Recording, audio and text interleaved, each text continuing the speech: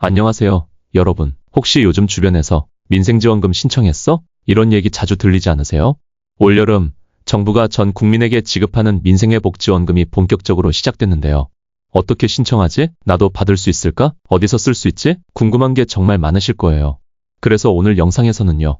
1차부터 2차까지 지원금 내용, 신청 방법, 주의할 점, 어디서 쓸 수 있는지까지 정말 쉽게 하나하나 정리해 드릴게요.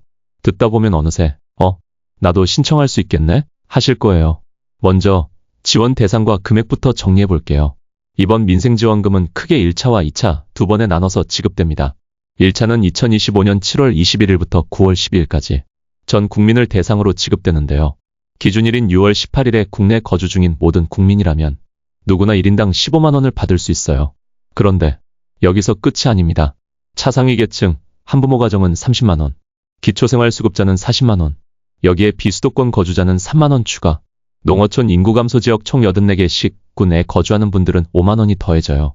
그래서 어떤 분들은 최대 45만 원까지도 받게 되는 거죠.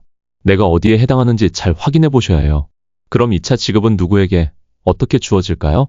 2차 지급은 오는 9월 22일부터 10월 31일까지 진행되는데요. 소득 상위 10%를 제외한 국민 90%에게 추가로 1인당 10만 원이 더 지급됩니다. 이건 건강보험료 납부액을 기준으로 판단되는데요.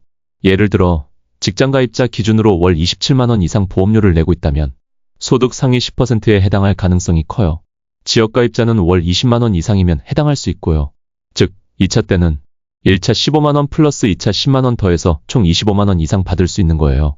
이미 1차에서 많이 받은 분들도 2차도 꼭 확인하셔야 합니다. 그럼 이제 가장 중요한 어떻게 신청하느냐 하는 거죠. 온라인 신청은 아주 간단해요. 네이버, 카카오톡, 토스 같은 앱이나 카드사 홈페이지, 국민비서 홈페이지에서도 가능하고요. 정부24 복지로 지자체 사이트에서도 신청하실 수 있어요. 요즘은 카카오 네이버 인증서로 로그인하면 더 빠르게 끝나죠. 오프라인 신청은 주민센터나 은행, 카드사 영업점을 직접 방문하시면 되고요. 신분증만 있으면 대부분 신청 가능해요. 디지털이 어려운 어르신들을 위한 전담 창구도 마련돼 있다고 하니 걱정 마세요. 그리고 중요한 점, 2006년 12월 31일 이전 출생자는 개별 신청이고 미성년자는 세대주가 신청하게 됩니다. 단, 성인이 없는 미성년 세대는 본인이 직접 신청할 수 있어요. 지원금은 신청 후 빠르면 다음날 바로 지급됩니다. 수단은 여러 가지 중에 내가 고를 수 있어요. 신용카드, 체크카드 포인트, 선불카드, 지역사랑상품권, 모바일 지역화폐 등. 그런데 한 가지 꼭 기억하셔야 할 게 있어요. 지급받은 지원금은 내 주소지 관할 지역에서만 사용 가능하다는 점. 그리고 소상공인 매장이나 전통시장 등에서만 사용 가능해요. 대형마트, 백화점, 온라인 쇼핑몰에서는 사용할 수 없습니다. 사용 기한은 약 3개월, 4개월인데요. 기한 내 쓰지 않으면 잔액은 자동 소멸되니 주의하세요. 신청할 때 몇 가지 주의할 점도 함께 정리해 드릴게요. 신청 첫 주에는 요일제가 적용될 수 있어요. 예를 들어 출생연도 끝자리에 따라 신청 가능한 요일이 정해지는 거죠. 스미싱 문자 조심하셔야 합니다. 정부 지급, 지원금 같은 말로 가짜 사이트 링크 보내는 경우 많아요. 절대 링크 클릭하지 마시고 공식 홈페이지나 앱에서만 신청하세요. 대리 신청 시엔 위임장과 본인 동의서 등 추가 서류가 필요합니다. 그런데 왜 이렇게 두 번에 나눠서 지급할까요? 첫 번째는 행정 효율성 때문이에요.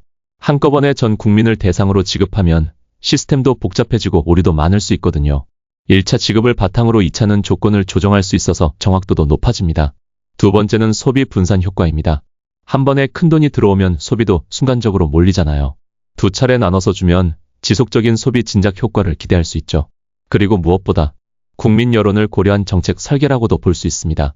1차에서 만족도가 높으면 2차도 자연스럽게 이어지고 반대로 불만이 나오면 조정할 수 있는 여지를 남긴 거죠. 이번 민생지원금이 과연 우리 생활에 어떤 영향을 줄까요? 먼저 즉각적인 소비 유도가 가능해요.